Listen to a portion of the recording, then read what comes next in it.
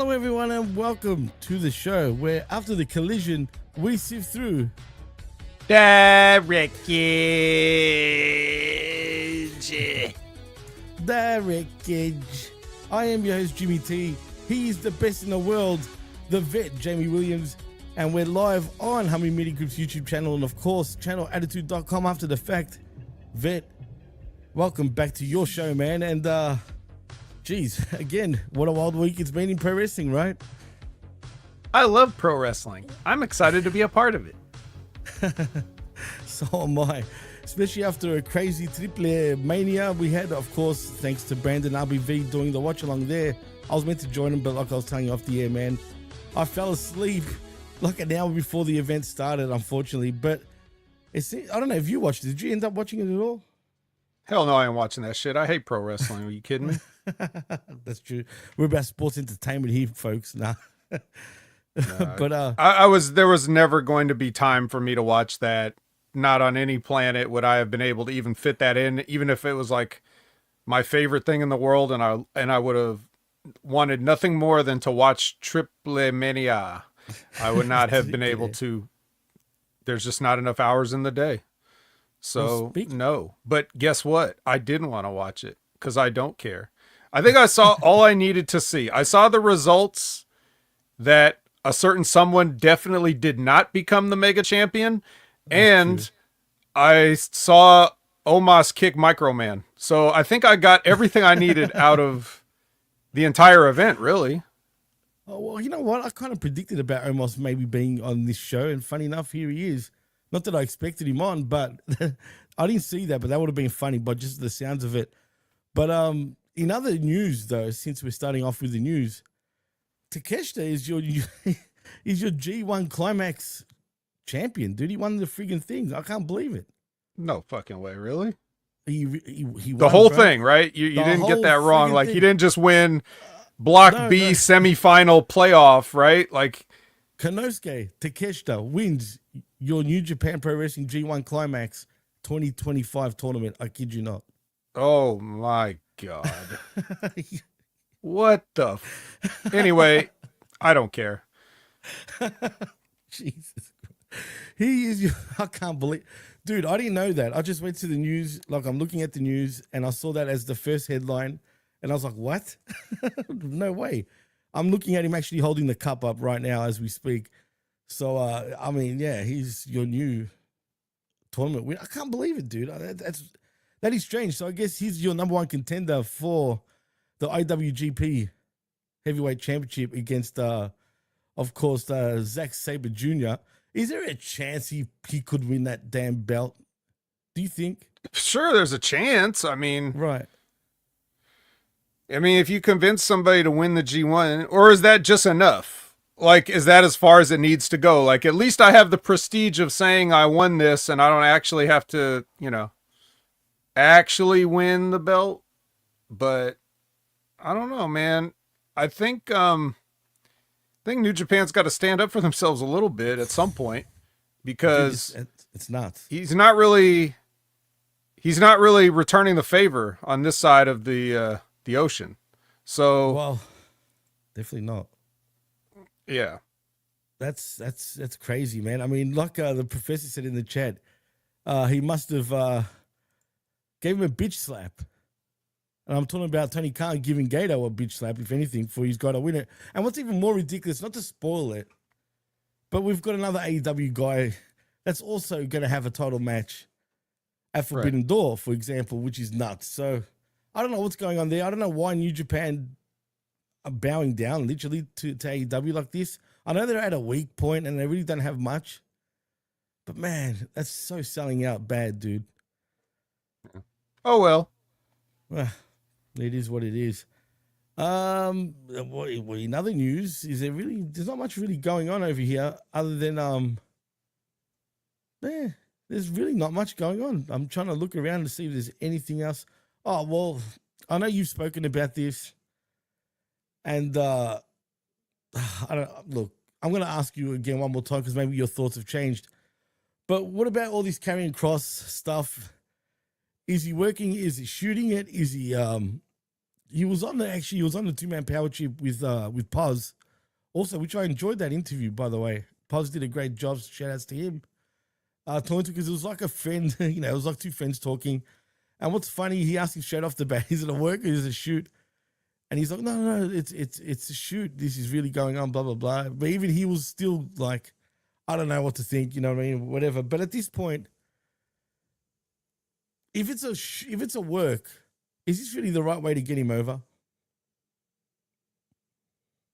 I guess that all depends on what ends up happening. Right. Like if we know the end, then we can know if the means are justified, but we don't know the end. I could see how if he needed some time off for whatever reason, let's just play into the theory. Mm-hmm. If he needed some time off for whatever reason, it would be just as beneficial, I guess, if you, like, let's say you quietly re-signed him, okay, and then he goes out there and publicizes that he's a free agent. So during this time, the fans think, oh my God, they let him go. Right. Well, if he ends up coming back after doing his, publicity for the book, whatever else he's got going on, getting a little break and doing some other things, getting out there doing the media rounds, just, doing the 2-man power trip and all these other things. He does all this. Fields a bunch of questions about it, whatever, it talks about it. The vast majority of the WWE fans aren't going to see that, but some of the ones who do, they'll see that. And to the people that aren't following all that, if he ends up coming back, it's going to make the WWE look good because, again, you re-signed somebody that was popular. Like, oh, we re-signed the free agent kind of thing. And he can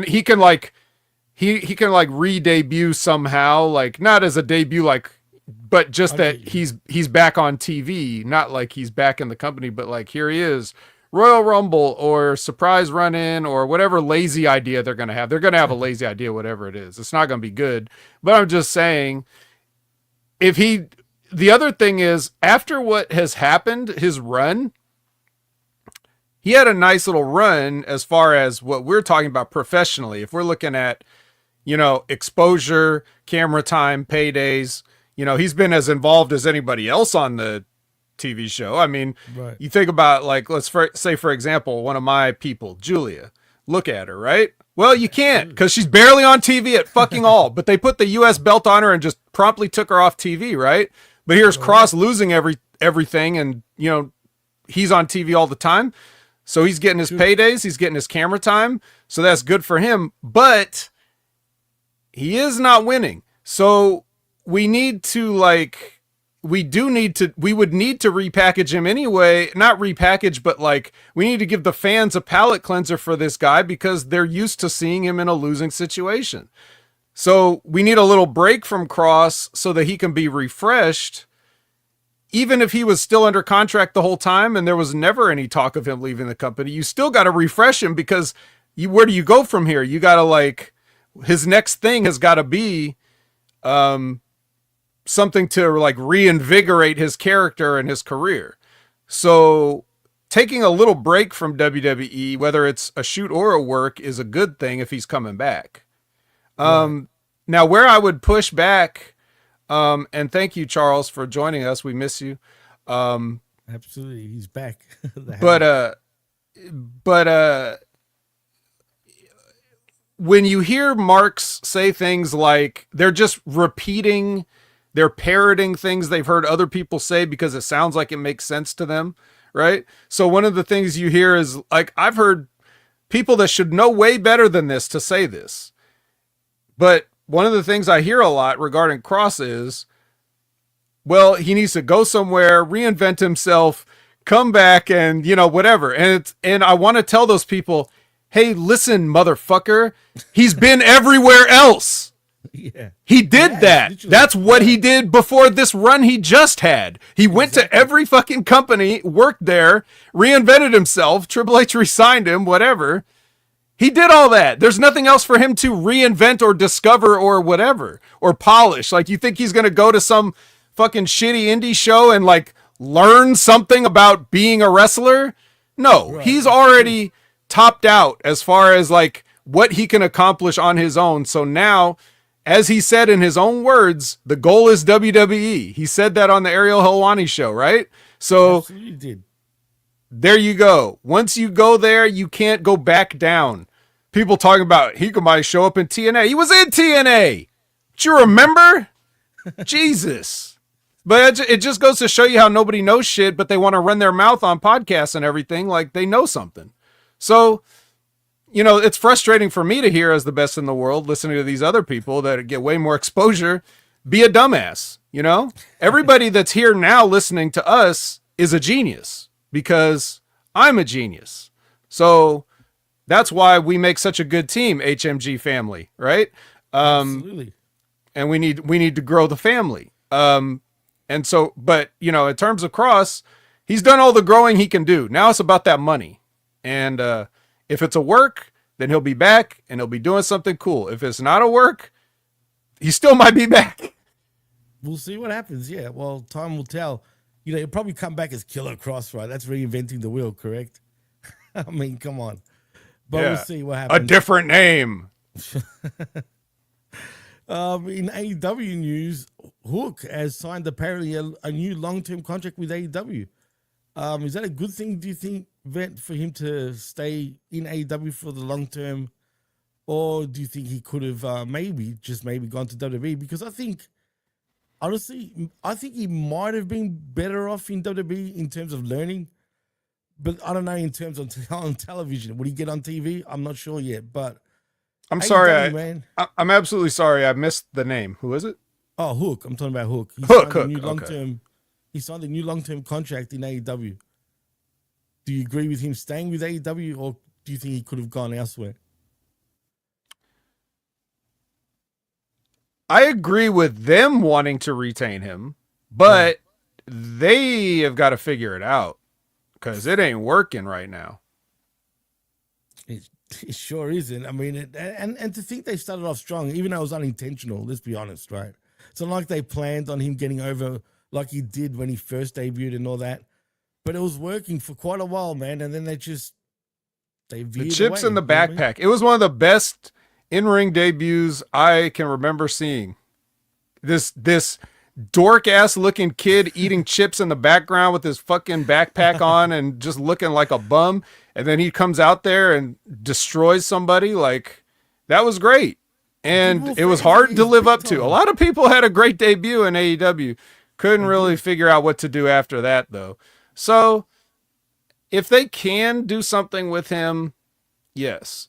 If he were to go to WWE, like you said, would he get on camera? He'd be in NXT. Probably wouldn't even be called Hook. They probably try to teach him some, you know, like just the watered down bullshit that they learn that ruins all the people that show promise on the indies.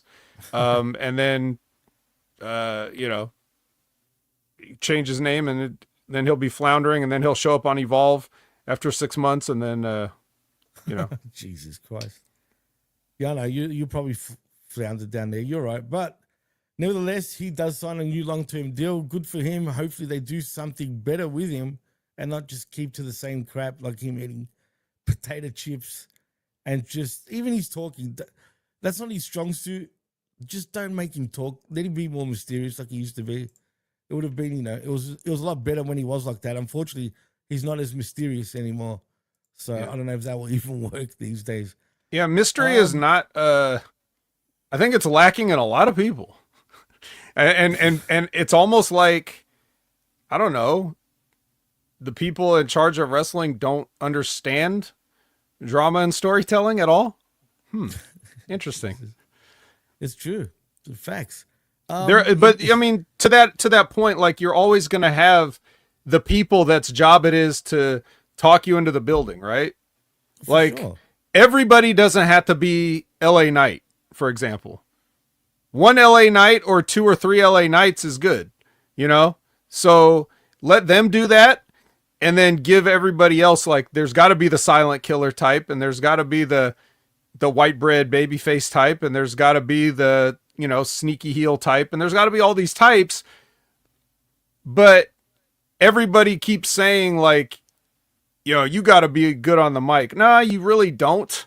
And a lot of people haven't been. Right. So today. Yeah. So come on. Like, nobody's really convincing the people to come to the shows with their mic skills anymore. That's like a sort of a bygone thing. And when you've got so many talented people under all these companies, they can't all be the ones to be like the carnival barker. There's usually only one carnival barker. They usually don't have like 36 carnival barkers. I like that name. It's good. But yeah, in WWE news, by the way, Vet, I don't know what's going on with Naomi, but it seems like she's been pulled out of action, you know, for the coming next couple of weeks. I mean, is she pregnant or what's going on? Do you think it's officially she's pregnant? The only thing that's annoying me right now, the fact that she was, you know, she just got crowned your women's champion, world women's champion. You know, she was in a good program. And now she's just going to go off and have a kid because it feels like, you know, she's been pulled out for a long time, apparently, it seems. I don't know. Well, she wants to why don't they just announce it if that's the case? They're hinting it. She was on I think the Stephanie McMahon podcast this past week. And I mean, eventually she's going to have, like, if she is, then eventually a baby's going to show up and we're all going to know. So you might as well just say it. Yeah. Like you say in Texas, it says Big Jim needs sex. I'm sure he does. Wifey duties. Yeah, well. Chris Gallegos says AEW sucks. I'll wait till we get into the review. Don't worry. Yeah. Chick 12 says I don't diagnose pregnancies. Yeah, I definitely don't do much online. Maybe that's why, you know. And Liz, sorry about having an opinion. It's more got to do with her being champion and stuff like that. I don't care if she has a kid, me personally. I mean, I'm sure you don't either. No. And I would also guess that, like, maybe if that is the case, like, it probably wasn't planned because you wouldn't want to plan it now, like right at this moment. Or maybe it was. No, you couldn't have done that. Well, I don't know. I wouldn't put it past her, man. I swear I wouldn't. Unless they found something out and then they ribbed her by having her win. That would be funny. Well, sticking with WWE news, and this is pretty much the last little tidbit because everything else is not really anything. Charles Robinson, WWE referee Charles Robinson, taken to emergency room following a bat biting incident. What? What the hell? He got bitten by a bat. I hope it didn't have rabies, dude. A bat? A bat apparently bit him. Where? I don't know where. Well, let's see if it says where. Let's see. It doesn't actually say, but what it does say is what he wrote on Instagram. It's a great way to start the morning, 2 a.m. and I got bit by a bat. That's right, a bat. 4 hours later in the ER and 6 shots of, I don't know what the hell he took shots of, but I'm sure has something to do with rabies, right? Probably. Bats are just flying rats. They carry all kind of diseases. Dude, they carry rabies. You don't want to get bitten by them if they got rabies. And a couple of people here have pretty much gotten rabies from bat bites. I've nearly been bitten by a bat, dude. I had a bat like literally come flying right past me, right in front of my face at night. I'm like, shit, that was close. But thank God I haven't been bitten. Well, luckily, rabies is one vaccine we have sort of gotten under control. But it's still touch and go, man. And from reading about it, all the symptoms, they're pretty bad, dude. You can't even drink water. You can't really eat. It's like a weird thing, man. But anyway, J12 says, I bet Bret Hart would prefer the bite over the kick from Goldberg. Actually, let's go to Bret Hart, funny enough. Let's go to Bret. We all love Bret Hart. I mean, how do you feel about him he's got an opinion about everything and everyone these days. I know he's always had an opinion about everything and everyone. Yeah. But does he need to shut the hell up at this point? No. What is like? Are people asking him questions?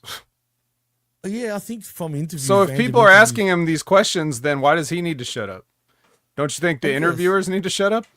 Well, I guess so, right? But I don't know if they're asking him legit, like they'll ask, for example, like, do you think Triple H was any good in the ring, for example?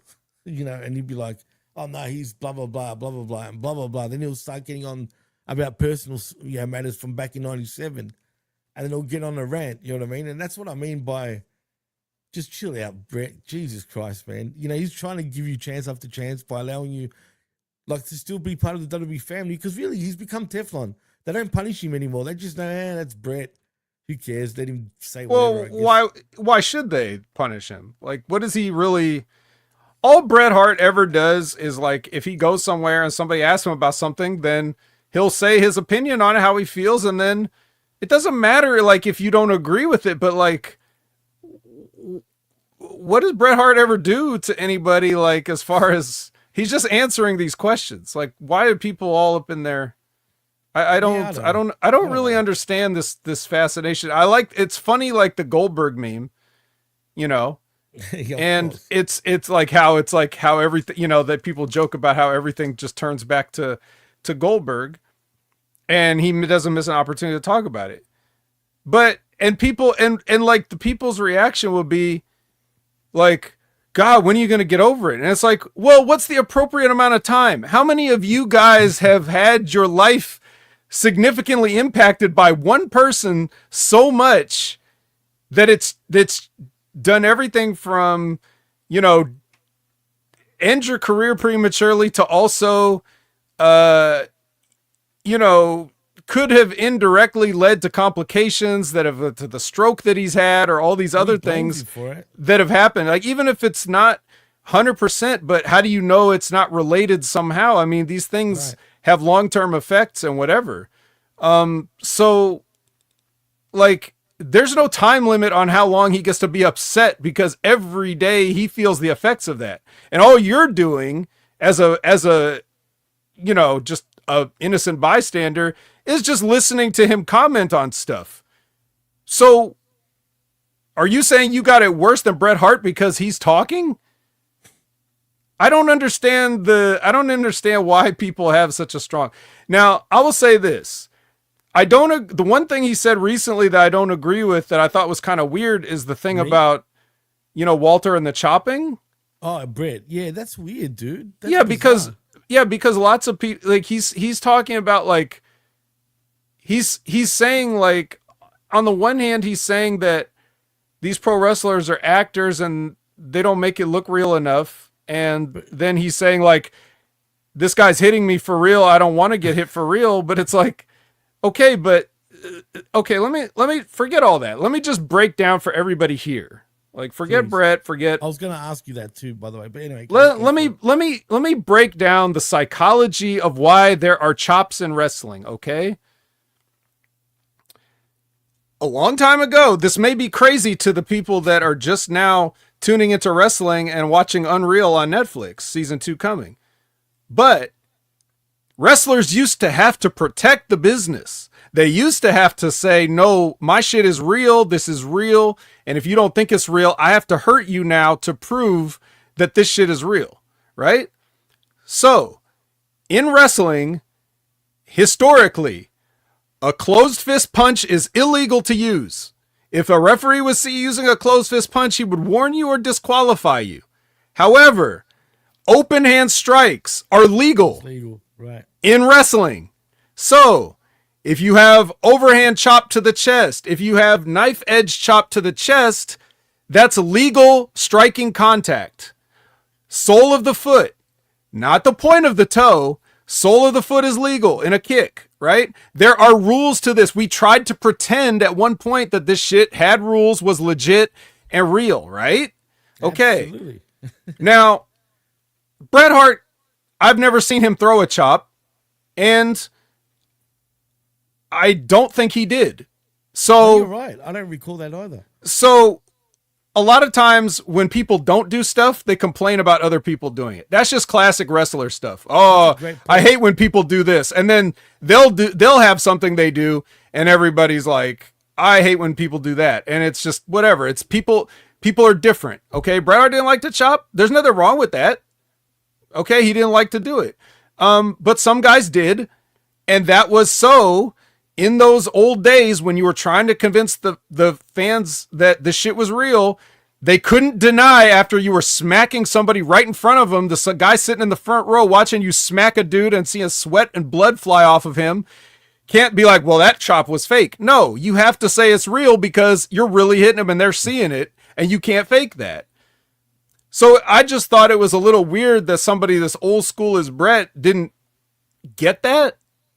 But other than that, he's entitled to whatever he wants. He's one of the greatest to ever do it, if not the greatest. So he can say whatever he wants. He's earned the right. You know, if Joey Janela comes on here and says some shit, he doesn't have the right to say anything. He's a bum. But if Bret Hart says it, you might as well listen, is my thing. No, definitely. But you brought up a great point about him ever chopping in a match. I never thought about it, but once you brought it up, I thought about it. I thought, you know what? I don't recall him ever chopping in any match. Maybe he has once or twice, but he definitely didn't use it as a staple, you know, to his ring style. So no, that's a great point, man. It's a real great point. And it is odd why he would think that way, but it is what it is. But Vet, that's pretty much all the major news in the world of pro wrestling. I think it's time we can put our sifting gloves on, as a matter of fact, and get into the Wreckage. Sifting. Yeah, let's get sifting. Oh, by the way, yeah, Charles said to text him, so it's the same number, same hood. It's all good. Ah, nice. I'll just throw that out there, and if that's the case, then I'll do that later. Let's see. Sifting. Oh no, he's got a new number, by the way. A new number? Well, then I can't. Oh, well, true. Unless, you know what? I can pass on your number to him if you want via Facebook. Sure. I'll do that. So if Charles, just don't mess around and dox me somehow. No, I wouldn't do that. Come on now. Oh, he said yes. He said the number is the same. So. Oh, I thought he lost. He said before he lost. Do it now. Do it now. I can't do it. I'm not going to do it. I would love to show you this, man. I should have sent it to you. But Arnie doing an R&B song. Have you heard that yet? Who did it? Arnold Schwarzenegger doing an R&B song. It's AI. This is probably some AI bullshit. Forget it. Dude, it's hilarious, man. I'm telling you. It's probably not. If Jimmy thinks it's funny, it's probably the worst thing ever. I'm telling you, Vet, you at least smile. You've said I'm telling you about a lot of things that I said this sucks, so I won't take your word for it. Anyway, let's just get to the sifting. You prick. Let's get to the sifting. Let's get to the sifting. Let's get to Dynamite. Okay, we're going to open up this hot, fresh Dynamite with MJF and Hang Person. But don't worry, Jimmy. They promise no physicality here. Yeah, right. They didn't. I like how that's like a running theme in AEW of like, they promise no physicality. Well, sometimes, you know, Tony makes them promise that, but other times he doesn't really bring it up. And he just hopes that they will actually. No physicality part a bit later on, but I guess that doesn't apply when it's on the outside, right? But we'll get to that. Mm-hmm. So basically, they're out here for a long time talking. I'll sum it up this way. Max is a coward. Paige is a fraud. And Paige says, take your shot. And MJF's like, all right, I will. Now, obviously, I'm paraphrasing to shorten this up dramatically, but that really sums it up. Essentially what they happened. He goaded Max into using his contractual title match. What a dummy. Yeah. I mean, wait, who's let me get the this dummy? straight. Max? Well, MJF, yeah, but then again, I'm not sure how this works. That contract, could he use it like a Money in the Bank sort of way? I kind of thought so. I'm assuming so. They've never made that clear, though, Vet. That's why I'm asking you. Because I'm assuming it's like a Money in the Bank sort of style cash-in, right? Yeah, I didn't know if it was like any time, any place, or you could just name any date and like we'll set up a match for that. Okay. Well, we're not sure. Make it clear. But I'm assuming I have heard him say, I can have that title match any place, anywhere, anytime. So going by that, if he says that, then he's definitely a dummy for cashing it in for a match and not, after a match where Hangman's like beat up and whatnot. So there we go. He just cashes it in and we've got a world title match for Forbidden Door. All right. The Dick Riders are outside and they come in the building and they walk to the ring and we have a match. It's a singles match. It's Jon Moxley versus Kevin Knight. It happens. He chokes him out. I did find this funny, as I was watching, cause you know me, sometimes I'll be watching, sometimes maybe power of the phone or power of the salad, whatever the case may be. I may not be able to like fully focus on it, but I'm listening to the show. But I did happen to catch this little thing, and I don't know anybody else caught it in the world, but that's kind of why I'm here. That's right.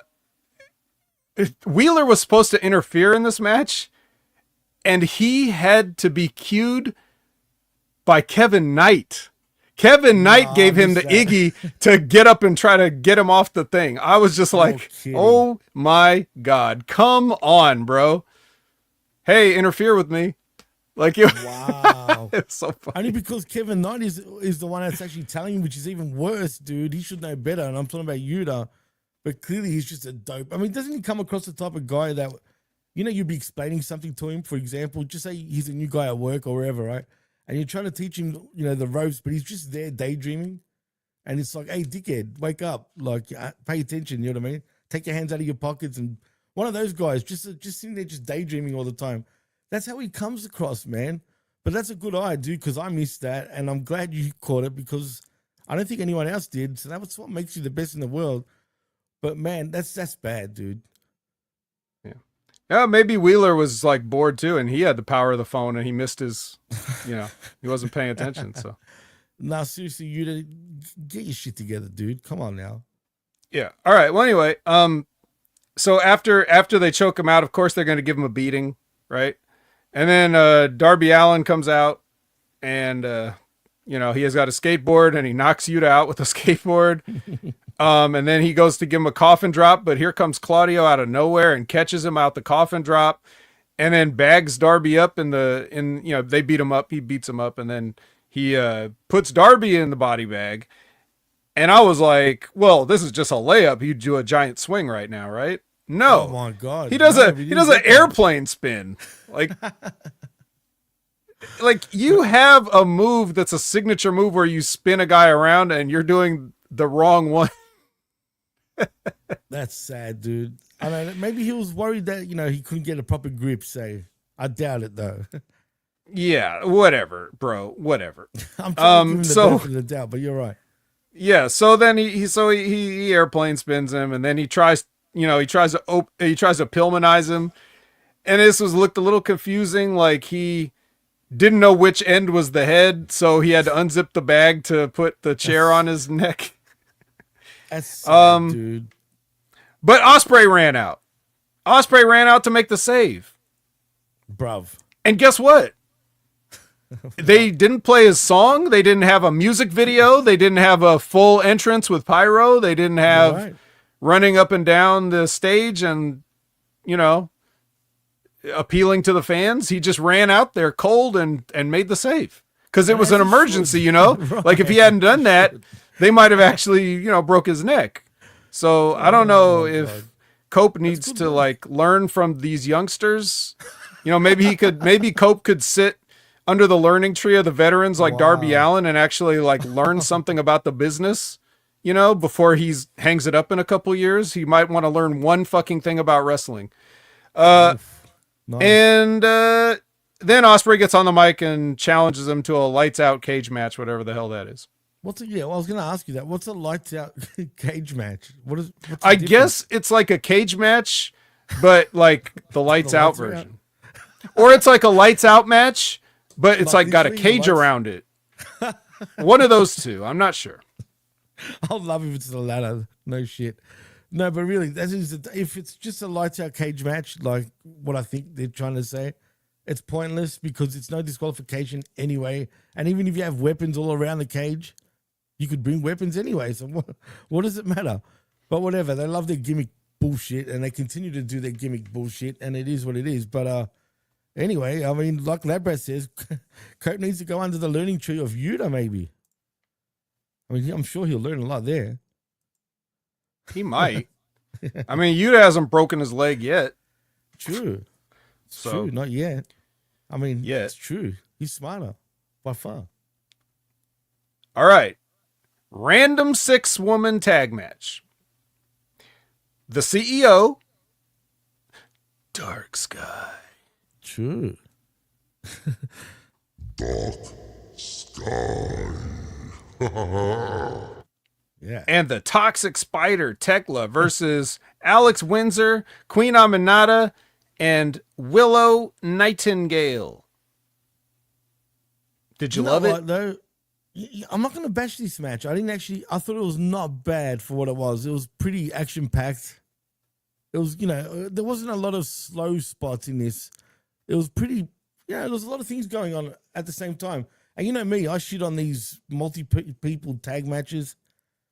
But I watched this for whatever reason. No power of the phone. I just sat there and watched it. And I didn't mind it. It wasn't as bad as I was expecting it to be. But still, one too many on this card, dude.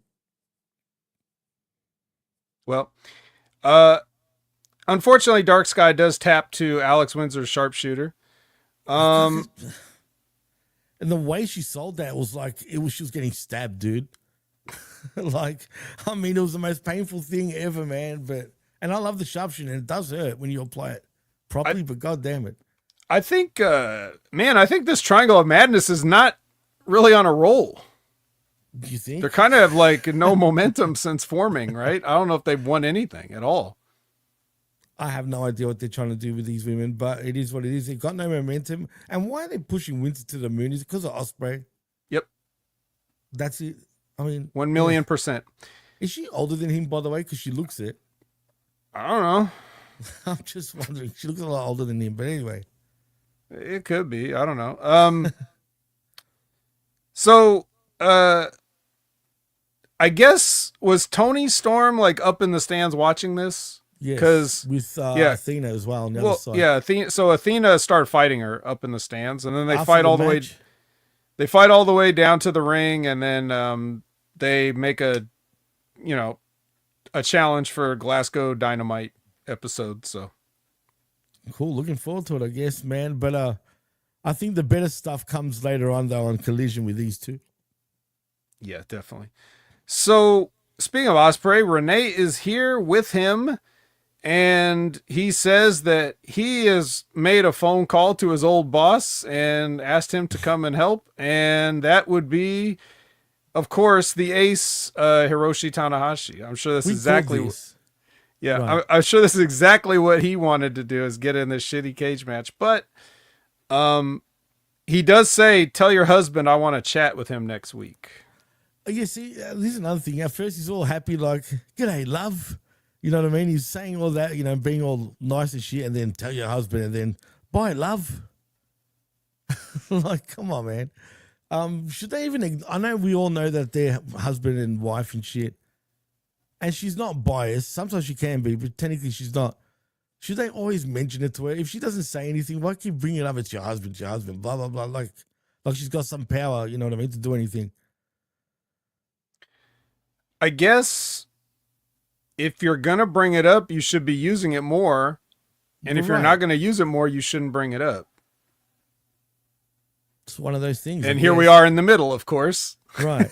It's never because she never has anything to say about it. No. Like, even if she would even have a moment to say anything, someone else just walks in and interrupts because that's how it's written. So it's true.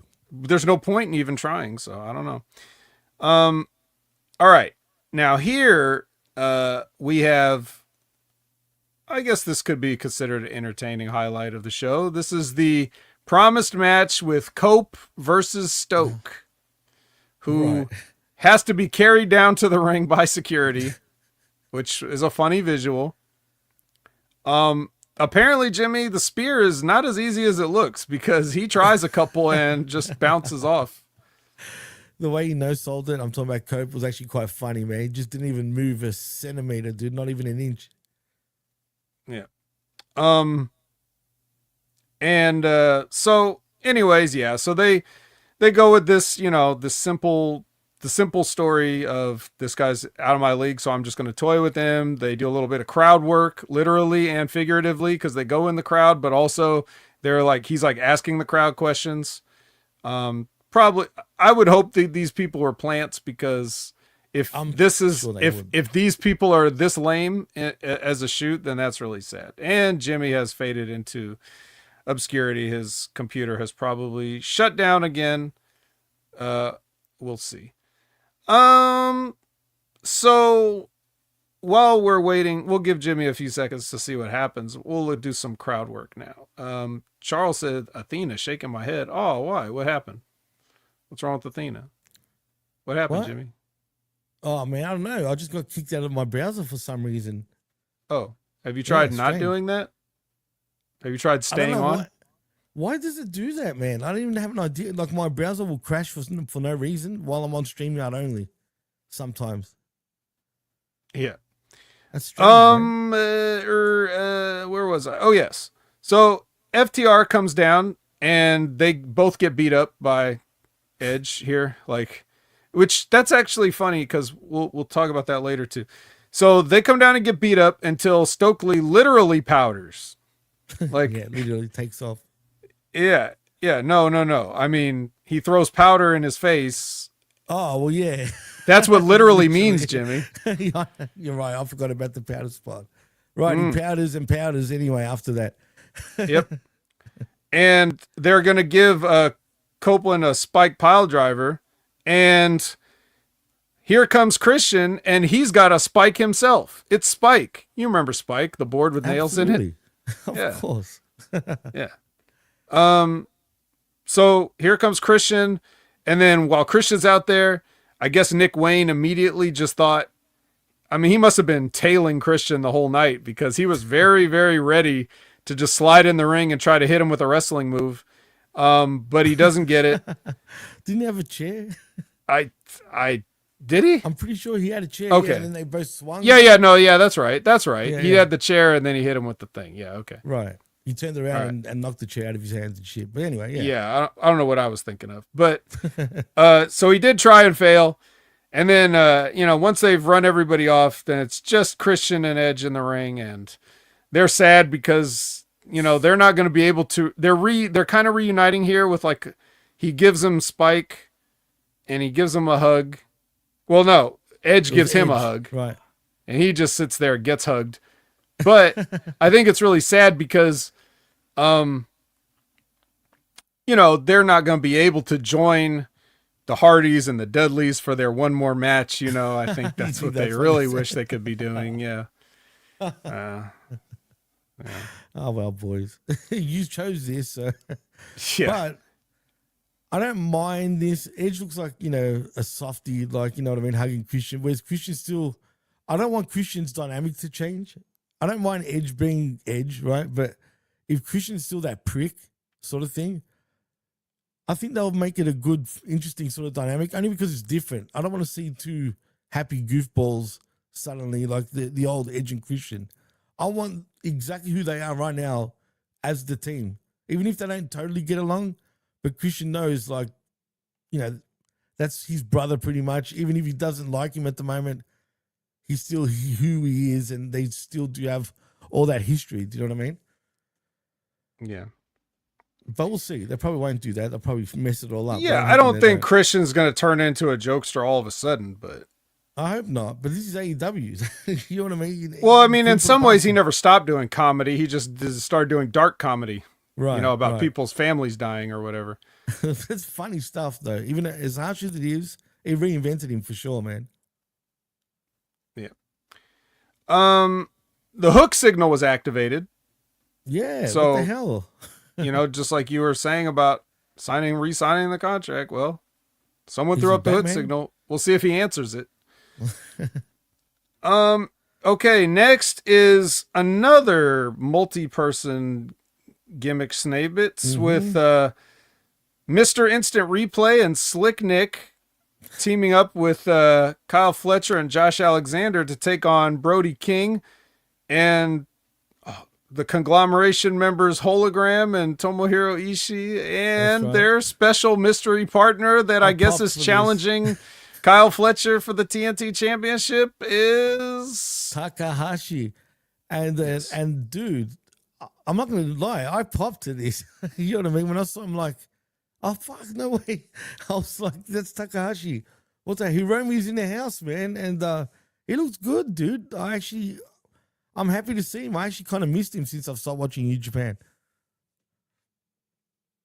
Yeah, I mean, he's one of the few people that they didn't bring over that, right. You know. That's what I'm saying, dude. It's shocking to me, dude. So I'm happy about that. Whether he stays around here and there and does some long-term things, I'm cool with that. But at the same time, I feel bad for New Japan because the more they bleed with losing a lot of their stars, it's going to become really indie, man. New Japan, I feel like it's going to become like what All Japan is at their lowest point, if you know what I mean. How they were like one of the big ones, and then now they're just a shadow of their former selves. Yeah, you know, since Naito left, like, what is LIJ? Is they still there or at all? Or I have no idea. What's Naito doing? I haven't even heard anything about him. I knew he was going to do one match, I think, in, what do you call it? Noah? Because Noah seems like the one now that's sort of becoming the biggest for some reason. It feels like that way. And then I haven't heard nothing You mean else. the one that's working with WWE?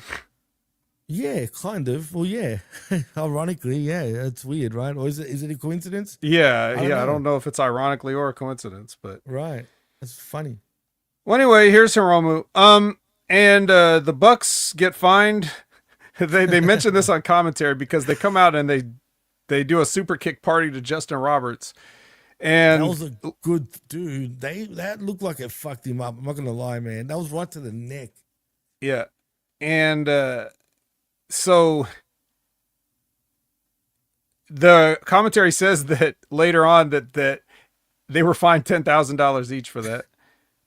Well, they should be. I mean, that looks pretty brutal, man. Either Justin Roberts a great seller, or that really hurt him, dude, because that looked pretty bad. But anyway, it was good stuff. Yeah. So anyway, yeah, blah blah blah match, and Hiromu beats Josh Alexander with, well, I mean, they called it a time bomb, but to me it just looked like the FU. So it wasn't a time bomb. Yeah, no, but that's what they called it. Maybe But that's whatever. prototype. Like he has Time Bomb and Time Bomb 2.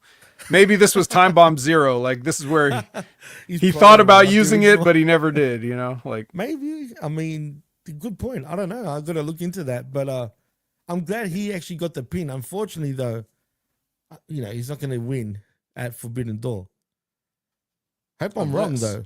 Yeah. Unless- What if they just did? Come on, you got to give Actually, them I'll New tell you Japan what. something. If Takeshita becomes your new IWGP World Champion, then maybe, just maybe, Hiromu does become your TNT Champion. Yeah, I don't think. But I doubt it still. That's the problem. But I hope I'm wrong. Yeah. It'll be good, man. So Renee has mic trouble, so they have to go back to the desk and they cover for her until she gets a new mic, and then she brings out Swerve Strickland because you got to do a Swerve interview on the ramp.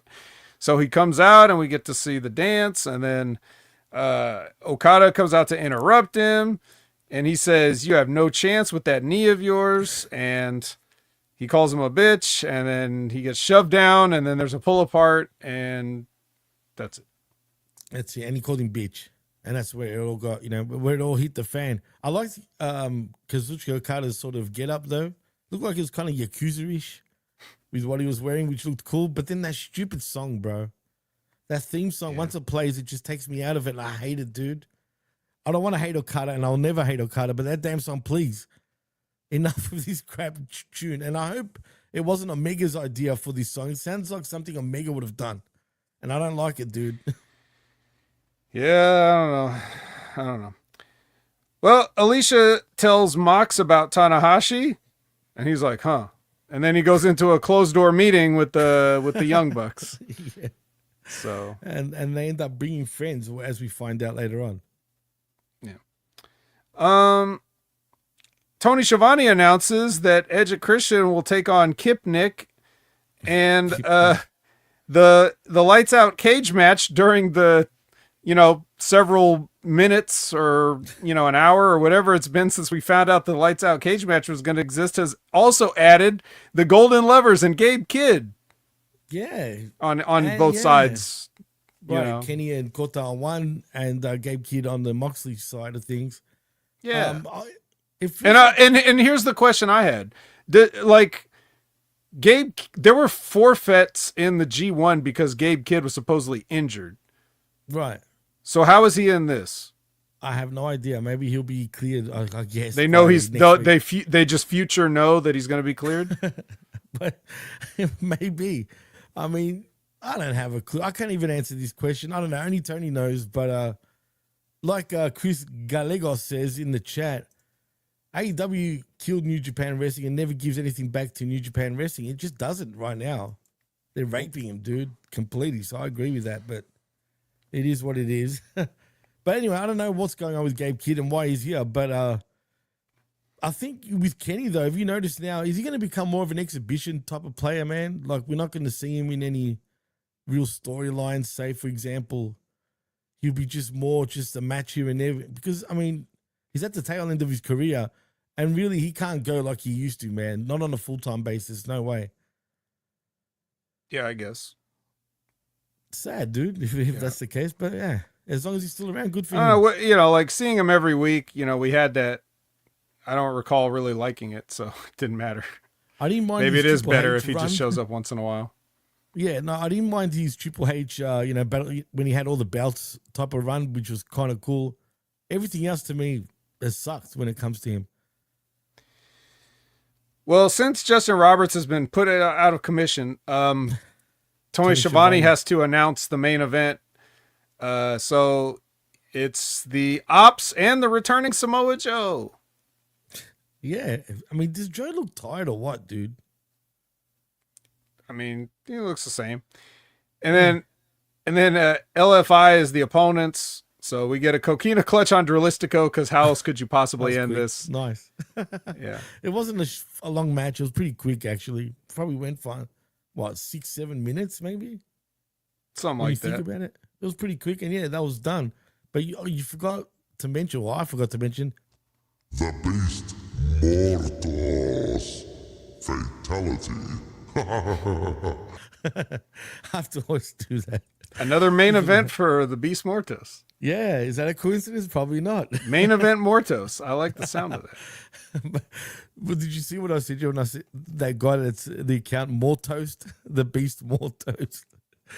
That made me laugh. Come on, that's funny. See, that's why I won't watch that Arnold Schwarzenegger video. You didn't laugh. Come on. No. So Mortoast. Come on. Yeah, that's not even really it's not even really a pun. It's like a half-ass pun. I know it's stupid, but it's funny. I don't know. For me, it's funny. Now I'm gonna go read again. That's how you know, guys. You judge how funny you find that, and then whether you want to take Jimmy's recommendations. I'm embarrassed now. Damn it. So Renee catches Paige in the garage, like on his way to his, I guess his hybrid with the horns on it. Something like that. Yeah, and he gets jumped and beat up by MJF. So there you go. Dude, he got. Did you notice how he was slamming his head on the damn bonnet of the car? He wasn't even protecting himself, dude. He was just allowing him just to like ram his whole face into the car, man. I'm like, he's just got it right or what? You see that, Brett? We want this shit to look real. Seriously, that's pretty bad. I wouldn't do that, man. That's just me. But hey, whatever, man.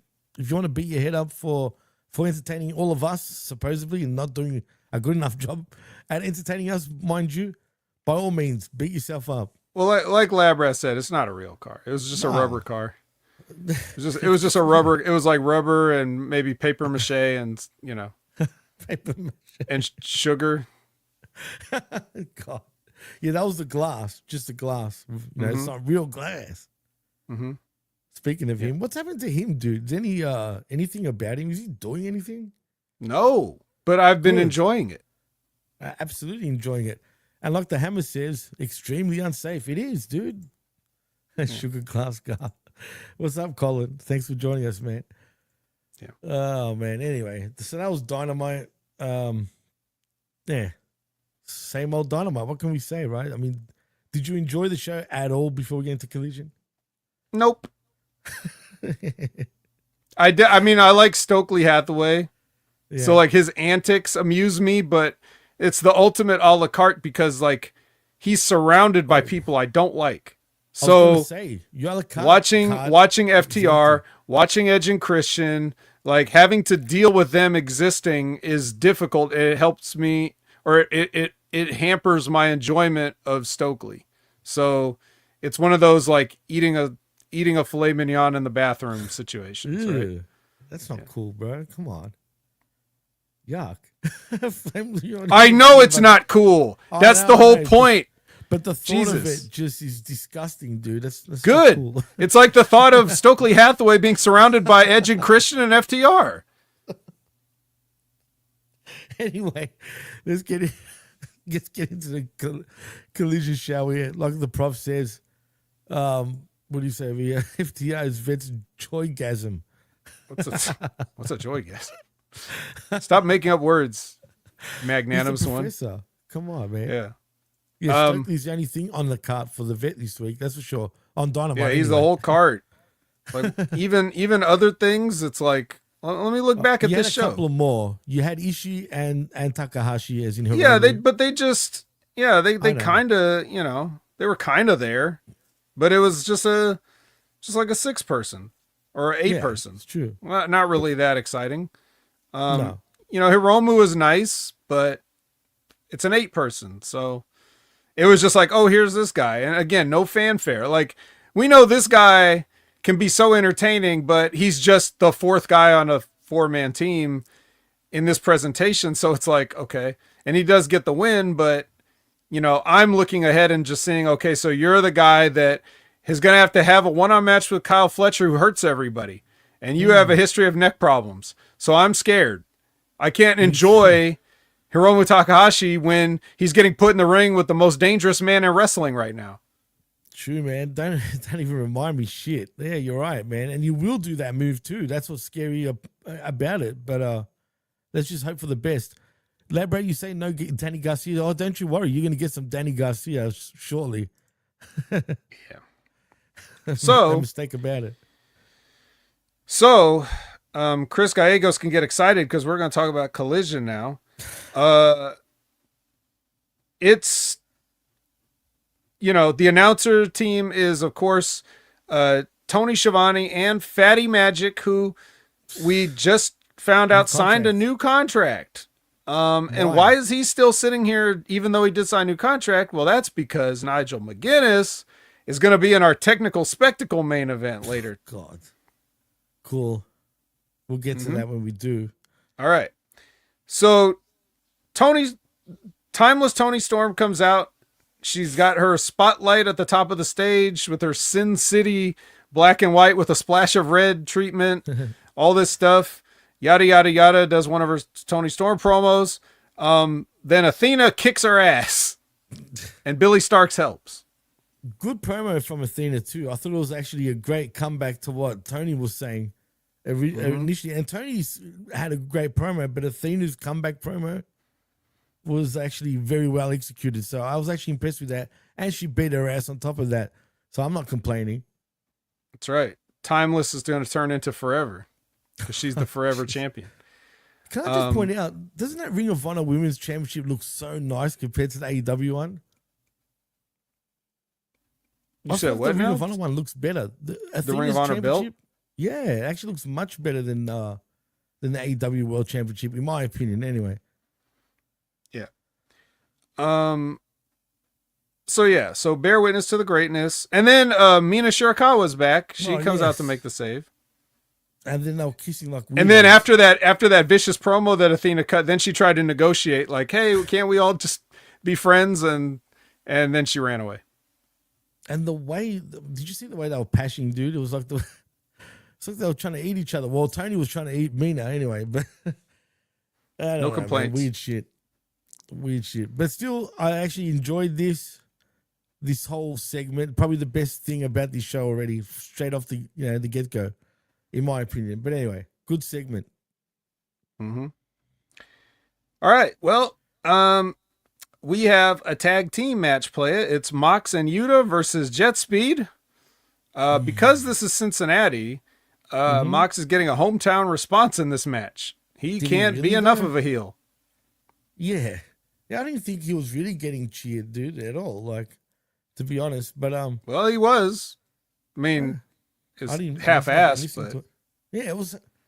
Dude, well, it's a half-assed crowd. Like, there was hardly anybody there, so it's not very loud, but there's certainly pockets of Moxley chants. They were in a nightclub, some music friggin' club band or whatever the fuck they were in Cincinnati. Yeah. So there's a lot of shenanigans because Marina's outside, and the ref just stops looking. Like, normally you would try to distract the referee so that something could happen, that you give him a reason to be like out of position to see these things. There was the first time she interfered, she grabbed, like, I guess it was, I don't remember which guy, but they were going for a pin, and she grabbed his leg and like pulled him off, and the referee was counting the pin, and this guy just gets pulled off, and he goes and looks the other way for no reason. Like he does not. I don't understand why it's so difficult to do these basic things for these people, but they just give up. They're just like, it's harder. It would be harder for you to distract yourself in a way that makes sense than to just have the wrestlers distract the referee. But for whatever reason, did you notice the counting he was doing as well while they were on the outside? It'd be like 1, 2, 3, 4, right up to 4, and then silence. But he's still watching what's going on, right? No, silence for a good 20 seconds, it felt like. And then 5, 6, and then silence again. Like, just, it's like, why even bother? Just forget about it, man. If you're not going to, like, count them out, they should just count them out for punishment, really. Until they get shit right, fuck them. Count them out, man. It's on them. No, but that would hurt their feelings. That would hurt their feelings. Well, stiff shit. Learn. You know what I mean? No, they're not here to learn. That's true. You're right. They actually say it too, like publicly. So, AEW, we're not here. We're the best. Aren't here to learn. Facts.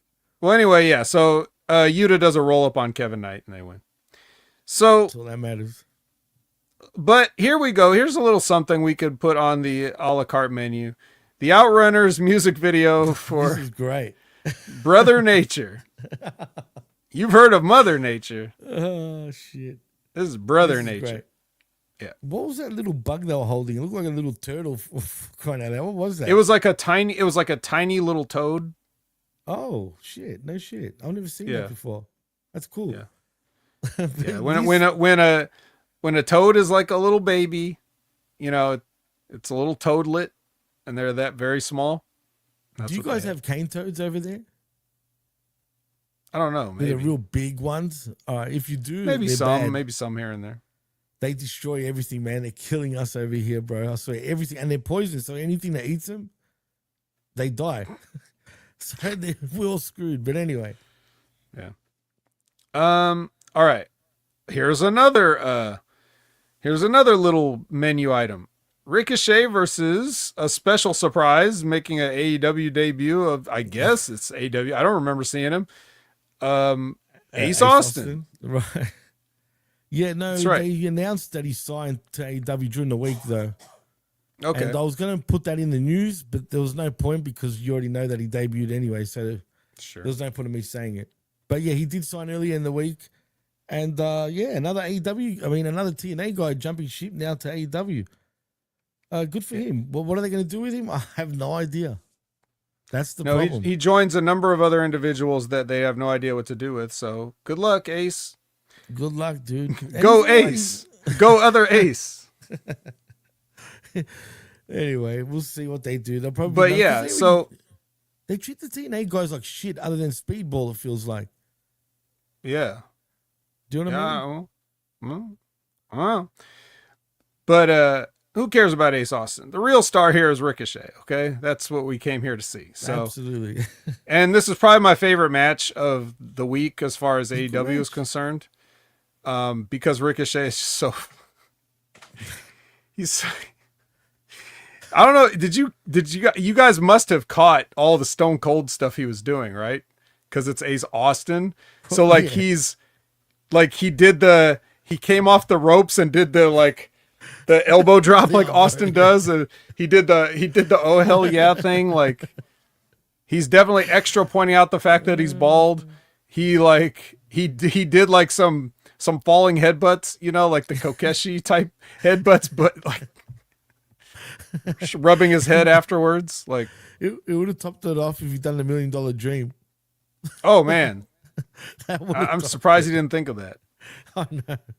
That would have been the icing of the cake for sure.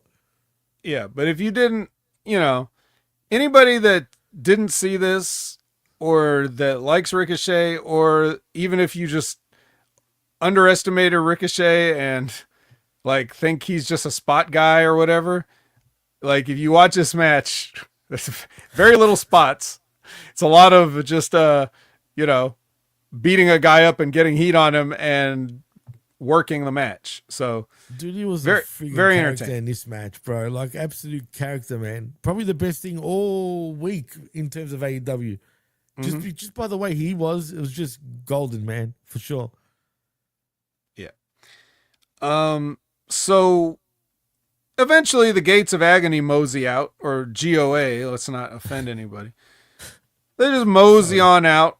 Not that Ricochet was in trouble or anything. They just we'll just come take a closer look, and eventually Ace tries to make a comeback, and when they try to shut it down, he kind of uses some miscommunications to cause GOA to hit each other and Ricochet to hit them, and it looks like he's going to pull off a big upset. There's some really good near falls with some roll ups here, and because we just saw obviously the finish to the previous match was a roll-up, so we're buying the roll-up. And basically every finish is a roll-up, so we're buying the roll-up. It's definitely a deadly finish. So, but Ricochet manages to escape. And then it's very simple. The finish of this match is very simple. Ace goes to pick him up for his move, whatever it is. It's not the fold, but he was going for some something over the shoulder, and Ricochet rakes him in the eyes. Ref doesn't see it because he's on the other side. See how that works? See how he positions himself so the referee can't see it? Stupid, right? Okay, exactly. But then in full view of the referee, he yanks him down by his hair, which the referee's like, "Hey," and he's like, too late. I did it. Yeah, and then he hits him with the spirit gun. 1, 2, 3. So, perfect match again. Ricochet, just genius. Gets the heat. Nice comeback. Good false finishes that we all bought, and then shut him down and beat him. So, that's how you do it, guys. Has he earned at this point, to be rewarded with something more meaningful at this point? Or do you like it where they're going just for now? I think it's hard to say what's more meaningful because there's still a lot of belts and none of them feel particularly interesting. So I don't know, he should be champion, but Well, but what else is there? Because all the guys in top stuff are kind of like in the same belt picture too. You're right. No, you're right. And they're all championship related matches, pretty much, all the main stuff. No, you're right. But he could be like you could put him in something with Hangman because they haven't really done too much since. Have they done anything? Oh, they did initially. I don't remember. But neither do I. I don't actually recall properly. But they might have. But I wouldn't mind seeing something like that, man. Put him in a higher spot in the card, man. Even in the main event picture, I think he'd be a great character to be amongst that sort of group of guys, because I think he could really make something that looks bad into like chicken salad. You know what I mean? Yeah, I mean, I think so, but that depends what else they want to do. If Hang Person comes out on top against MJF, then Ricochet is a good follow-up program. And if MJF somehow wins, then that still gives Hang Person something to do if they want to put him with Ricochet. So if that's more meaningful, if we're looking at Hangman as the guy, and you want to do something there, maybe that's more meaningful than this, but other than that, I don't know what else I would have him do at this point. So, well, for now, he's entertaining as hell, man. So I'm not complaining really, but I just wouldn't mind seeing him higher up the card. That's all. No, and he could definitely be the guy. Like, you could take this act that he's doing now. I mean, it would just be like a less ridiculous version of the Death Riders. Like if you have this guy with the belt and people like chasing him and Gates of Agony always keeping the belt on him, like that. That'd be funny, man, for sure. Yeah, man. it's definitely a way to go, and he would definitely get a lot of mileage out of it because he would get a lot of heat. For sure. You can't have a bald champion in wrestling. That's crazy. So they would be furious. But he should come out, if he wins the bout, he should put glasses on. You know what I mean? Like look extra like douchey in some ways. I think he'd be the funniest dude, man. But you could do so much with Ricochet right now, man. I think it's endless. Yeah. So Renee is with the Hurt Syndicate. They have no predictions on the tag team title tournament, and there's no drama in the Hurt Syndicate. So everything's fine. Back to you. Whoever wins, they're going to win it anyway, still, in my opinion. All right. So what do we have here? We have, what are these guys' names? Blake Christian and Lee Johnson, or Vanilla and Chocolate. And they make their entrance to the ring. And before their opponents come out, they're backstage with Renee. It's the Paragon. So Renee's trying to get a word with them. And before they could say anything, the conglomeration of Ishii and Hologram come in. And Roddy's still not sold on this whole conglomeration idea. But anyways, he goes on to the ring, and then Kyle tries to sell Hologram on a night out in Cincinnati. God. I'm sick of this Cole like being just a complete clown, dude, but whatever. He's not that funny, dude. He's corny, let's be honest. Well, he's funnier than the other people that are trying to do comedy on this show. Maybe not as funny as Stokely, but it's different. No, nowhere near. But still, I don't know, man. I mean, the Hammer is interesting. Yeah.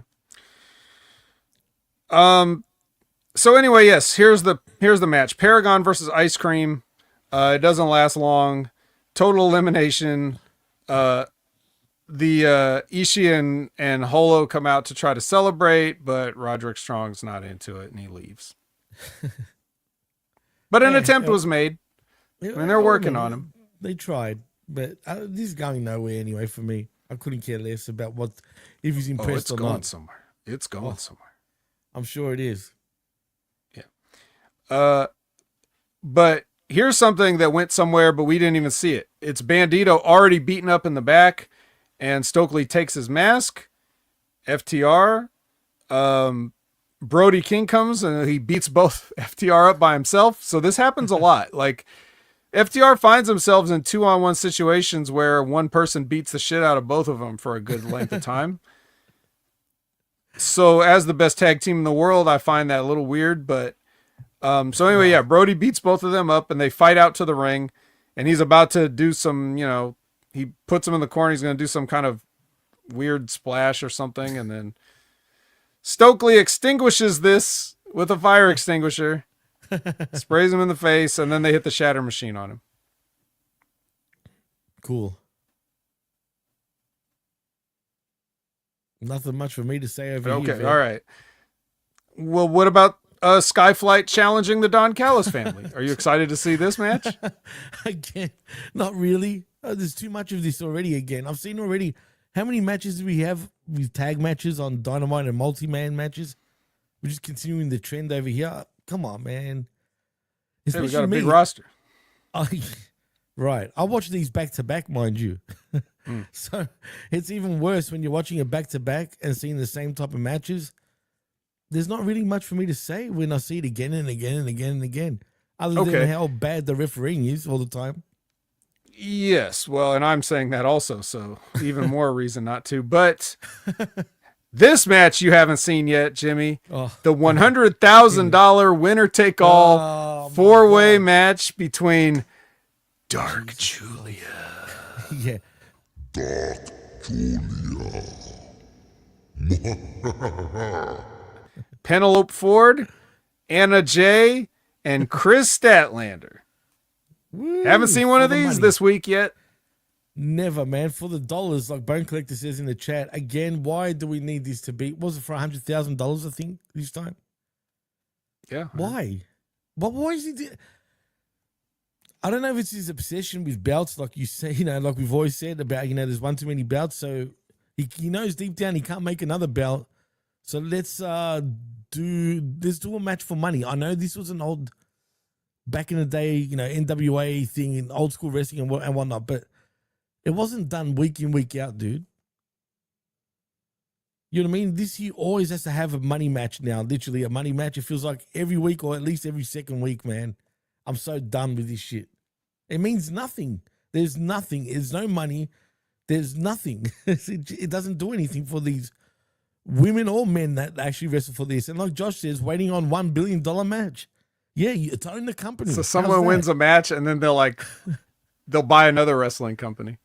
Oh, that would be hilarious, dude. Wouldn't it? That would be hilarious. Yeah, winner would never be seen again. I definitely agree that if they're going to have these matches, they have to do something with the winner that shows that they have spent the money somehow. Oh, that'd be hilarious. Whether it's a vignette or just something they bring to the arena next time, like what are we, it's okay if you show the results of the $100,000, but as far as we know, everybody just puts it in their pocket and moves on. We don't know. Yeah, we don't know what happens. But see, again, Vet, this is why he's the best in the world, because you bring up a great point. Why not actually do a little story, about the winner or whoever wins those matches, what they end up doing with the money? That would be hilarious, dude. And then you have other people that are like, hey, I want to be in one of those $100,000 matches or something. Like, you have people like politicking to get into the match.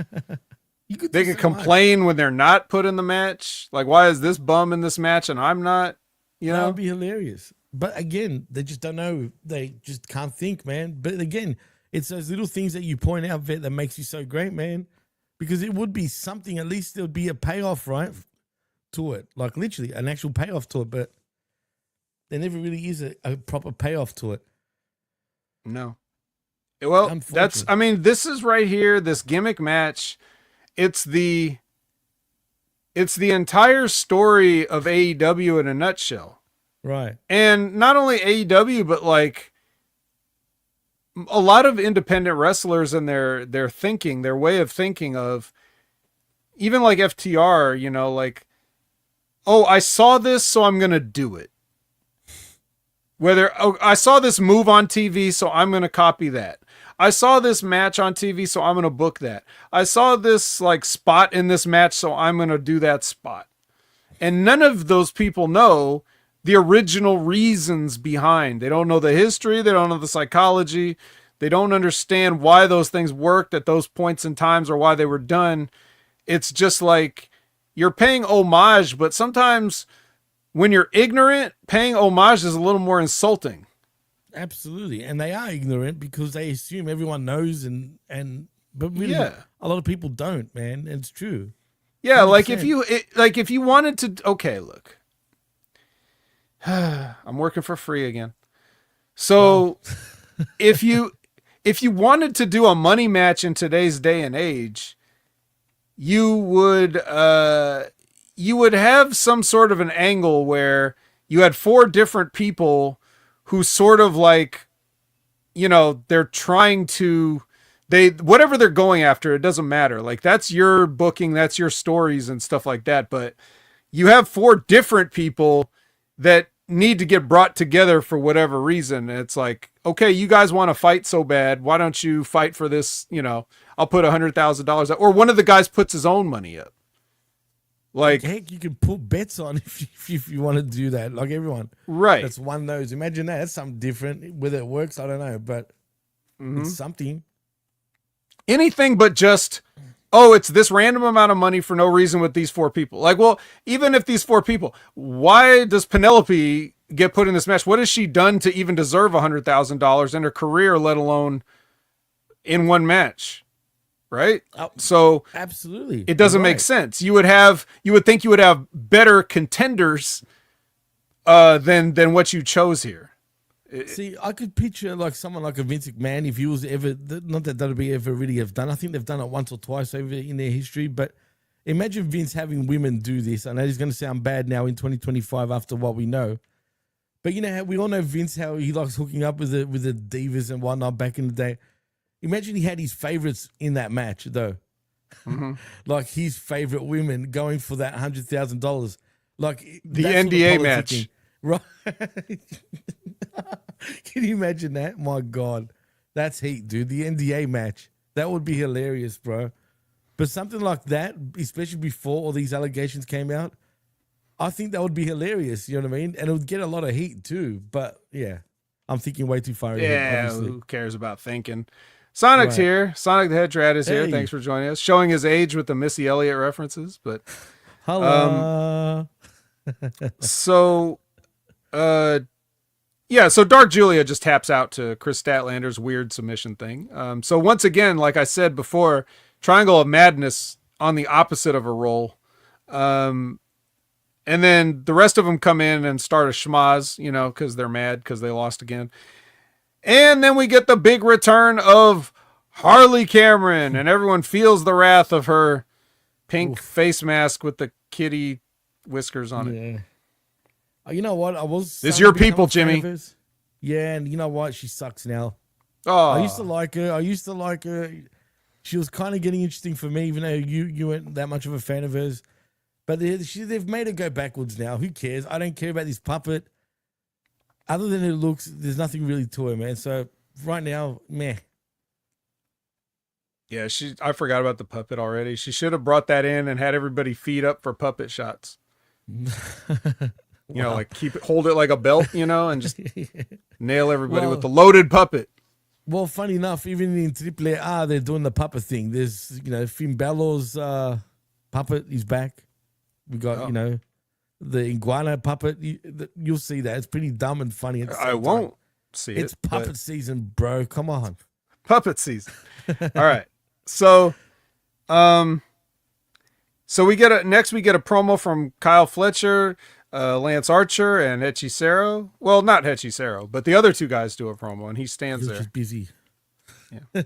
You mean to tell me Hechicero couldn't say anything, like even in Spanish that we don't understand, or some of us would half understand, or I would understand some of, or other people would understand all of if they spoke Spanish? You know what I'm trying to say? You could have had him say something. Say basic Spanish that everyone knows what they're saying. I know, I get you, man, but no, not here, man. Not here, not yet. Have we actually heard him speak? I have heard him talk before, but off. Not here, not on AEW, right. I don't think. No, you're right. Unfortunately, yeah. Is that true? T.N. Coupon, the Finn Balor's puppet is $100. I mean, we got Lab Rat and T.N. Coupon are saying it. Oh shit, we did too. I just saw Lab Rat. Wow, that's expensive. Yeah, we might want to. Hey, man. Shit. Yeah. That's crazy. Those are hand stitched quality puppets we're talking about. I mean, it looked good. I'm not gonna lie, but still, $100. I'll take your word for it. I still only barely know what you guys are talking about because I didn't watch that show. So, Renee is with Statlander here, the winner of the $100,000, and she is being facetious again. But here comes Harley Cameron to interrupt her facetiousness and say that she was actually inspired by her empowering words that she said about women and togetherness. And then Jon Moxley walks through and he looks at Statlander and says, "Damn right." And then Yuta walks by and he's like, Good work out there. And he goes for a fist bump, and she just stares at him, and he's like, and leaves. Well, I'm waiting for Mr. I don't want him to come back, but Orange Cassidy getting jealous over Statlander and Yuta, and then it's all on Vet. It's all on. Pretty exciting. Exciting as. All right, so here's Juice Robinson, speaking of exciting, versus Zeus. Big Business Bad Apple Bounty Hunter Brian Bakeith. A rare singles match. Oh, yeah. I mean, on paper, it kind of sounds like a decent match, right? Yeah, and then you watch it. Yeah, what was going on there? I mean, you would have thought this would have been a little better, but it just seems like these two I don't know, they don't gel, man. I don't know. Well, anyway, the other, they each have a partner in their corner, and those guys are fighting outside, and somehow the Gun Kid manages to beat up Big Bill enough that Juice hits the left hand of God and his little DDT thing and gets the win here over Bakeith. They're screwing Bakeith, man. They're still not doing the bounty hunter stuff properly, dude, at all. Yeah. They have $100,000 matches, though. You think he wants that? You don't think he wants to hunt that $100,000? There's a story right there. He could put a wig on and join that women's match. He's a bounty hunter, and there's money on the line. Dude. And you know what he does, too? Like, one by one, slowly, right? He lassos all of them. Like, hog ties all of them. And then gets that $100,000, dude. Come on. And that will put him over, too. Yeah. I mean, but they won't. Just do it. Just do a quick Tyler Perry. It's no problem. So Liz says, so Stat and Yuta are going to be the next Ruby and Angelo. What is that, a shoot? Oh, God. Do we know something? I don't know. I don't know what these people's personal lives are. Are they going out or something? That's kind of funny. In real life, Yuta, Orange Cassidy, and Statlander are like real tight. All three of them together? It's like one of those things? I kid you not. All three of them are really like close. It's a throuple? Yeah. If you love menage a trois, I mean, hey. Yeah, for whatever reason, them three are pretty tight. Okay. Yeah. I know. Don't have thoughts. I know that's a bit best weird, friends. But, I get it. don't get that sort of. Don't get any thoughts there, Vet. Please. Okay. Well, you know what happens when weird thoughts start to come in your head? They tell you think about baseball, and which is a good segue because here is the Cincinnati Reds catcher Jose Trevino in the audience enjoying the action tonight. What do you want me to say to that? Cool. He must have been excited and think of baseball. Just think of baseball. Baseball. Go the Reds. Yeah. Why I got to bring what up? What are you talking about, Zay Vicious? I didn't bring anything up. Other people bring things up. Everyone's thinking of Thrumpies now and Thrumples. Huh? Okay. Oh, so, boy. All right. So Renee is with Anthony Bowens. Right. And speaking of relationships, he's not over Caster apparently because he's still bitching and complaining that no matter what he does and it drops all these names and all these things that he's doing that's supposedly important, which sounds like a crock of shit because I don't think anybody knows who this guy is, but whatever, let's go with it. And he's still mad that Max Caster is over. I guess these two are going to get back together shortly, and they're going. I mean, that's what they're leading to, right? It's a half-assed way too, mind you. But still, eventually they're going to kiss and make up. Well, let's not. Oh, yeah. Oh, bring up. Oh, Tyler Perry. You're talking about why I got to bring up Tyler Perry. How many minutes behind are you? You got to hit the refresh button, man. It gets some better internet so that it doesn't keep slowing down.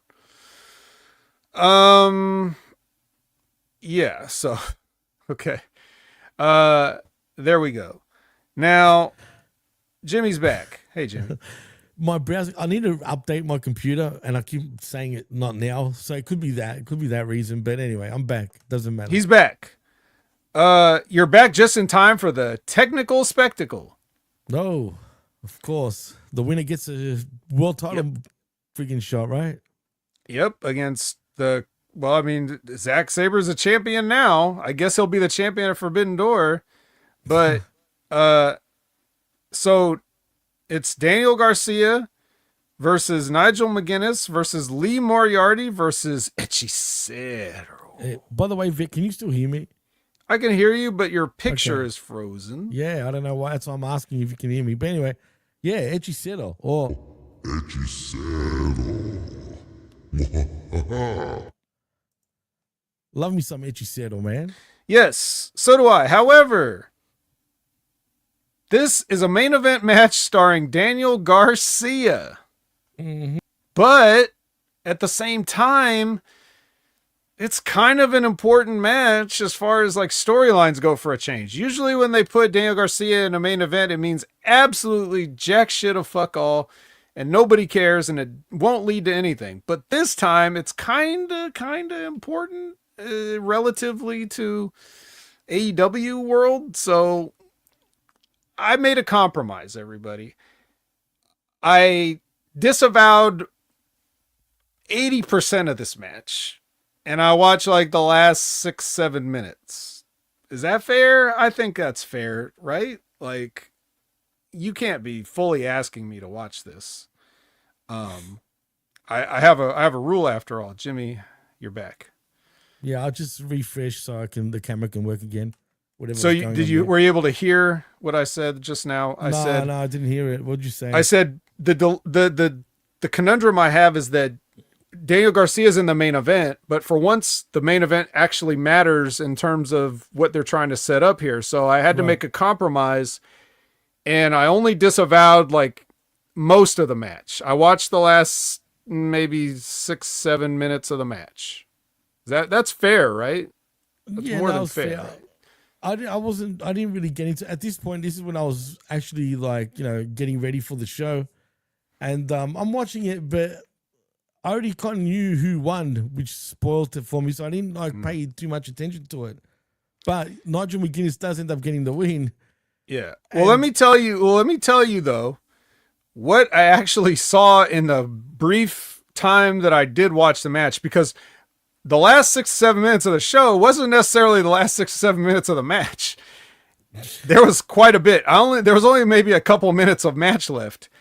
And in this couple of minutes, what I saw was fucking Daniel Garcia put on a sharpshooter and fell over. Did he? Yes. Like he lost his balance and fell down and was just like holding on the legs like, it's something. It's still something. I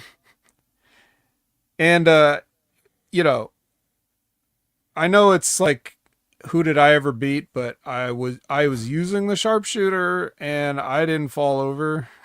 So really? Well, see, Garcia, you idiot! Like, don't ever use that move and disgrace it at the same time, man. Please. Yeah. There was also a spot, where both Lee Moriarty and Hechicero were in a submission and they're kind of facing each other. Right. And Hechicero was looking like he wanted to tap. And Lee Moriarty did the spot where he like reached over to grab his hand to stop him from tapping out. But here's the thing about that. He has another hand. You dumbass. Yeah, but was his other hand caught up, though? It was not. Right. It was free. And that's the funny part. I could see if it was like, a chicken wing situation or something, but it wasn't. It was Daniel Garcia in his whack, leg hold that he couldn't do right. So that's sad, dude. Yeah. That is so stupid. Again, see, they can't, if they're going to do that, right? At least the cameraman or someone in the back, man, like the producer or someone, tell the camera guys to sort of, go in a different angle of the move so you don't see the other hand. You know what I mean? I mean, yeah, but that would be something, but they don't know that. Who's going to be the person smart enough to tell them that? Everybody there just is like, fuck it. They probably already started packing their shit up to go home. Because it's the last match of the night and there's traffic. 100%. 100% agree. But still, man, if I can think of that, why can't they? Come on, dude. It's no excuse, man. I don't know. Maybe give Jimmy a job. What do you think about that, guys? Give me a job. Producer Jim. No, I would hate to do that. I would hate to do the production side of things. That'd be pretty difficult and high pressure, man, for sure. Yeah, so anyway, like, Nigel McGuinness won with something they were called the London Dungeon, which is just a top wrist lock of some kind. And then he actually bends Lee Moriarty backwards over his knee, and that's enough to get him to finally just give up. So Nigel McGuinness will go on to face Zack Sabre Jr. for the IWGP, heavyweight championship or whatever, which should be nice because Zack doesn't really bump people, so there's no danger for Nigel McGuinness. The only danger to Nigel McGuinness is himself, because, like I said, Zack doesn't do any impact moves. He doesn't slam you. I mean, he does a Zack driver sometimes, but like not necessarily. He mostly just kicks you and does grappling stuff. So you don't have to take any bumps. It's got to be the easiest guy to work in the entire business, but for sure, absolutely, man. But you know what, Zack Sabre Jr., I always like watching him. I didn't get him at first. It took me a while to actually start liking him, but once I did, like, he's brilliant in the ring. I haven't watched him in a while though. Now, I'm sure he's still the same. I'm surprised he's still champion. Well, actually, he did lose it to Gatto, and then he got it back. To be fair, but the fact that they put the belt back on him, I mean, it says something.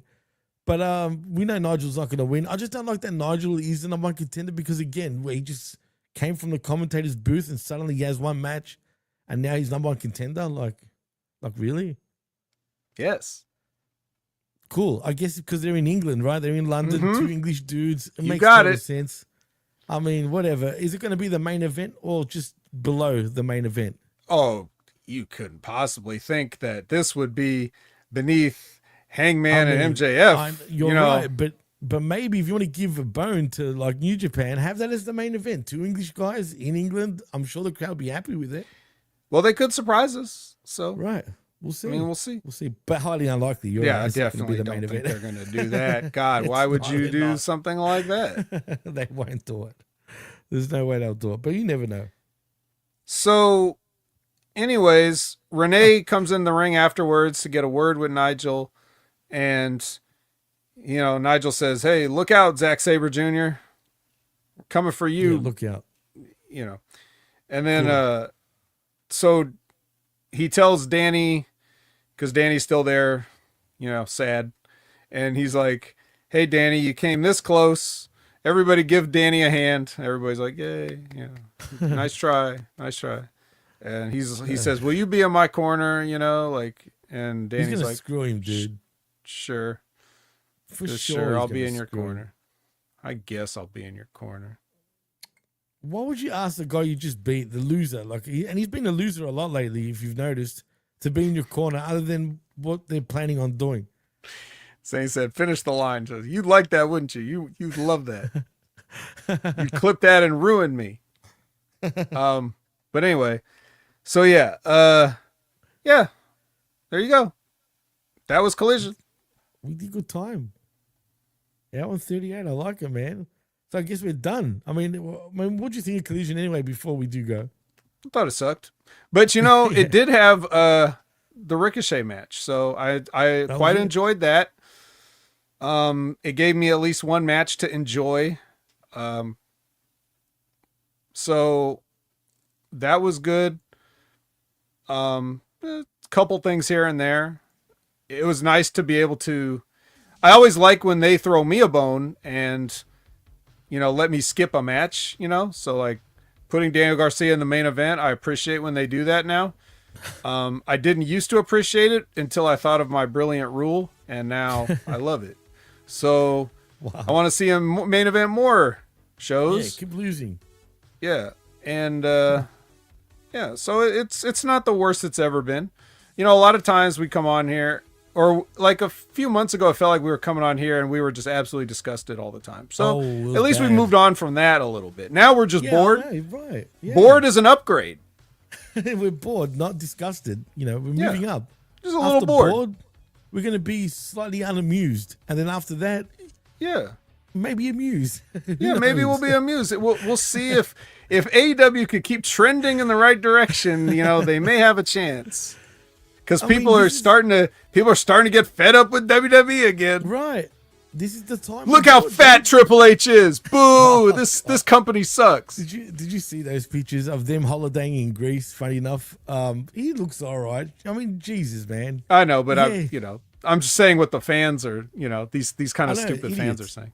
Stupid, man. And the way they're dissecting these pictures, dude, is just weird too. Just quietly. I don't know what the obsession is, but they were just there with the family. They all jumped in the water and had, I guess, fun. But it's TMZ, right? I mean, they're always TMZ. doing that kind of stuff. These mofos are all even in Greece and getting pictures of him, for crying out loud. But funny enough, I think he made it back to Mexico. They must have been there for 2 days, bro.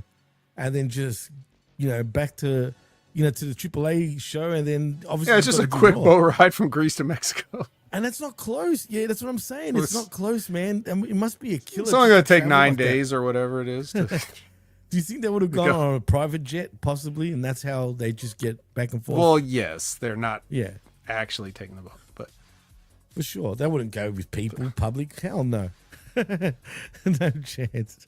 Well, anyway, Vet, tell them what you're up to, what you're doing, and are you jumping onto the Twitch right after this? Probably will. Just got to figure out what I want to do, and that's at Opinion Haver. On Twitch and all your favorite social media platforms. It's Opinion Haver.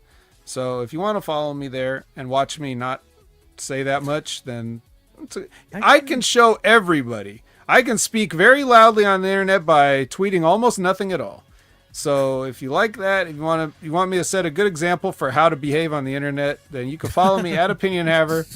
And there will be tumbleweeds all over your timeline where I'm concerned, unless it's usually just reposting things from HMG or certain people. If I feel like, oh, this is cool, I want to make sure everybody gets a chance to check this out.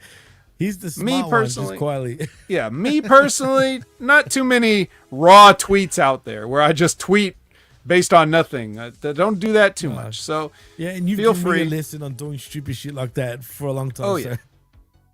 Yeah, I spent just as well. I have to send Jimmy a DM about his internet, but I spend more time DMing people probably than actually, or responding to DMs than actually, tweeting out raw. But so you can find me at Opinion Ever. You could find me on HMG shows such as The Impact Attack.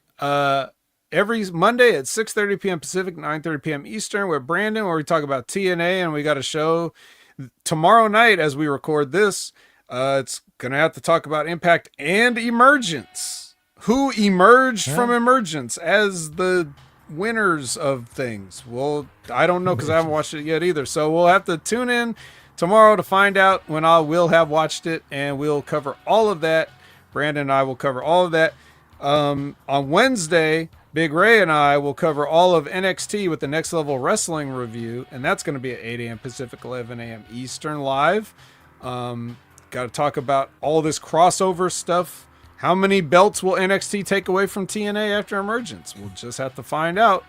So join us there if you can. We appreciate you all. And if you want to check out some other affiliated programming that is sort of vet adjacent, then you're going to want to check out how did I become a Rip Rogers guy? Well, from Rip Rogers, of course. And he's got a show, Wrestling with Rip Rogers, every Friday at their Concrete Time. I know he's going to the Cauliflower Alley Club pretty soon. So when he gets back from that, he should have some good stories and everything to share with everybody. And then also every Friday, the Stevie Richards Show, best show out there for wrestling content. Definitely some entertaining stories about his time in WCW Part 1. So it's really great because Stevie gives the perspective no one really asks about. Right. They don't really, some people, he was saying, even forget that he was ever in WCW because it was such a short time. But he made an impact, though. I remember him clearly in WCW. Yeah. Him getting throttled by Raven was very memorable to me. It was, yeah. That was kind of my introduction to Stevie Richards in a way because I didn't see as much of ECW before that. So I wasn't aware how deep the Raven thing went. Right. Anyway, hear all those inside stories and his unique perspective on that, and the usual news of the week. And of course, Limpin' Ain't Easy with Timmy Baltimore. Awesome stuff with part 1 of his interview with Tahuti Miles, was formerly known as Ashante the Adonis. But now the first part of this 2-hour interview, barely talk about wrestling at all. It's a lot about his time in Afghanistan as part of the armed forces. So definitely going to want to check this out. It's great. I recommend it to everybody. I actually and liked part him a 2 lot coming. more after this, by the way. Huh? I actually liked Ashanti way more after listening to this show. Oh, yeah. And I was never the biggest fan. Now I actually like him a lot. Well, I was a biggest fan, and I definitely like him even more now because it makes a lot of sense with his MCW connections and everything, because I noticed the people that come out of MCW are usually pretty good. But this stuff is all personal. It's not even about wrestling yet. So part 2, I think, is probably going to be focused like entirely on the wrestling. But I think this is a necessary first part to get everybody like, okay, who is this guy? Because we've never seen a side of him quite like this. Right. And some of the stuff he talks about is quite harrowing, I must say. So it's not, it's not fun and games what he talks about. So do steel yourself a little bit for that, but it's definitely worth a listen and a watch. So that's all I got, Jimmy. What do you got? Well, for me, Tuesday mornings, 10 a.m. Eastern, if you like your WWE Raw, well, we've got I Like It Raw with myself and Big Ray Hernandez, where we talk all things WWE Monday Night Raw. Tuesday mornings, 10 a.m. Don't miss it. Of course, the Smack Attack, me and RBV did one on Saturday morning, well, not Saturday morning, Saturday afternoon at 1 p.m., where we talk things, SmackDown, which has been absolutely pathetic lately, Vet, to be honest. Yep. SmackDown's just a show. Hey, can I ask you a question? Yes. Why, randomly, they just decide, you know what? LA Knight's on Raw now. Yeah, and Sami Zayn's on SmackDown now. Right. So why didn't they just say like, hey, we traded? We were saying the same thing, Vet. I have no idea, bro. We just did you guys say that? Okay. Yeah, we did. We brought it up, and we were laughing about it, saying, I guess we got to assume that that was the trade, even though they never said anything. Yeah. So yeah, I mean, stupid, man. And I don't think it's even good for SmackDown. SmackDown's just, I don't know, man. They've just really pulled back on it for whatever reason. But nevertheless, needs more Julia. Well, there was no Julia, bro. You know what I mean? It's, again, weird shit. It is what it is. So yeah, check out the Smack Attack with myself, of course, and R to the B to the V, and of course Wreckage every Sunday mornings with myself and the best in the world in Jamie the Vet Williams. Obviously, we're on the Wreckage right now, and so that's on Sundays 11 a.m. Eastern. In saying that, Vet, I think we can take it home. I am Jimmy T. He is the best in the world, Jamie the Vet Williams, and you've been listening and watching the Wreckage live on Hangman Media Group's YouTube channel, of course, channelattitude.com after the fact. And I just want to thank everyone for joining us in the chat. Till next time, peace.